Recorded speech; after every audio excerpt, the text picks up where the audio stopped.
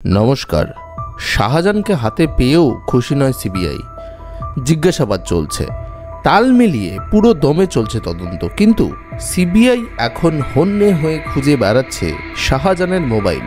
কারণ কেন্দ্রীয় গোয়েন্দাদের ধারণা এই মোবাইলেই লুকিয়ে রয়েছে শাহজাহানের প্রাণভোমরা। গত 29শে ফেব্রুয়ারি রাজ্য পুলিশ গ্রেপ্তার করে শেখ শাহজাহানকে। তার 6 দিন পরে গত বুধবার শাহজাহানকে হেফাজতে পায় সিবিআই। কিন্তু শাহজাহানকে হাতে পেলেও তার মোবাইল হাতে আসেনি সিবিআইয়ের। সিবিআই সূত্রে খবর, পুলিশের কাছেও সেই মোবাইল নেই বলেই তারা জানতে পেরেছে। সিবিআইয়ের প্রশ্ন, তাহলে সন্দেশখালীর বাঘের মোবাইলটা কোথায়? এমন নয় শেখ শাহজাহান মোবাইল ব্যবহার করতেন না বা সাম্প্রতিককালে করেননি।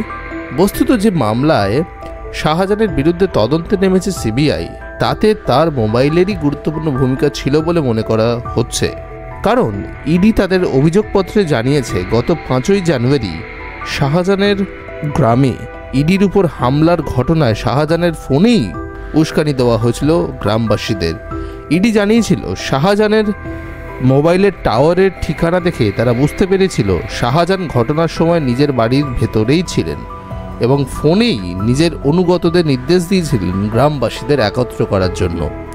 তবে এও ঠিক, তারপরে 56 দিন ধরে নিখোঁজ শাহজাহানের মোবাইল টাওয়ারের সন্ধান নিশ্চিতভাবে পাওয়া যায়নি। কারণ সেক্ষেত্রে রাজ্য পুলিশ তার মোবাইলের লোকেশন দেখেই তাকে গ্রেপ্তার করতে পারত। কিন্তু পুলিশ জানিয়েছিল যে তারা অনেক খুঁজেও শাহজাহানের সন্ধান পায়নি। ফলে প্রশ্ন উঠছে, তবে কি ইডি তার বাড়িতে যাওয়ার পর সন্দেশখালী তৃণমূল নেতা নিজের গতিবিধি লুকোনোর জন্যই মোবাইল ফোনকে বর্জন করেছিলেন? শাহজাহান যে ধরাছোঁয়ার মধ্যেই ছিলেন তার প্রমাণ মেলে শাহজাহানকে নিয়ে মামলায় যখন আইনজীবী তার সই নিয়ে আসেন। সিবিআই জানতে চাইছে, এমন কোথায় কোথায় যেতে হয়েছিল শাহজাহানকে যে সেই তথ্য গোপন করতে হলো, নাকি ওই মোবাইলে সন্দেশখালীর নেতার সঙ্গে কোনো গুরুত্বপূর্ণ ব্যক্তির সন্দেশ বা বার্তা বিনিময়ের প্রমাণ রয়েছে বলেই লুকোতে হয়েছে সেই মোবাইল। এর আগে সিবিআই তল্লাশি চলাকালীন জীবনকৃষ্ণ পুকুরের জলে ফেলে দিয়েছিলেন তার মোবাইল। শাহজাহানও তেমন কিছু করেছেন কিনা তাও খুঁজে দেখছে সিবিআই।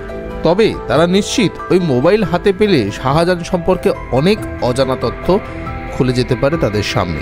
এর পাশাপাশি সেই মোবাইলের মধ্যে থেকেও অনেক বড় বড় মাথাদের নাম আমরা খুঁজে পেতে পারি। আমাদের যে চক্রান্ত বিভিন্ন সাধারণ মানুষের সঙ্গে হয়ে চলেছে প্রতিনিয়ত, সেই সমস্ত বিষয়ক বা বড় বড় মাথার নামও উঠে আসতে পারে, বা অনেক আরও চক্রান্ত ভবিষ্যতে ফেলে রাখা হয়েছে কিনা সেই বিষয়ক অনেক কিছু আমরা জানতে পারবো। তো আপনারা কি মনে করছেন নিশ্চয়ই আমাদের কমেন্ট সেকশনে জানাবেন। যদি ভিডিওটি ভালো লেগে থাকে তাহলে ভিডিওটিকে একটি লাইক করুন, ভিডিওটিকে শেয়ার করে দিন এবং চ্যানেলটি সাবস্ক্রাইব না করে থাকলে চ্যানেলটিকে সাবস্ক্রাইব করুন। ধন্যবাদ।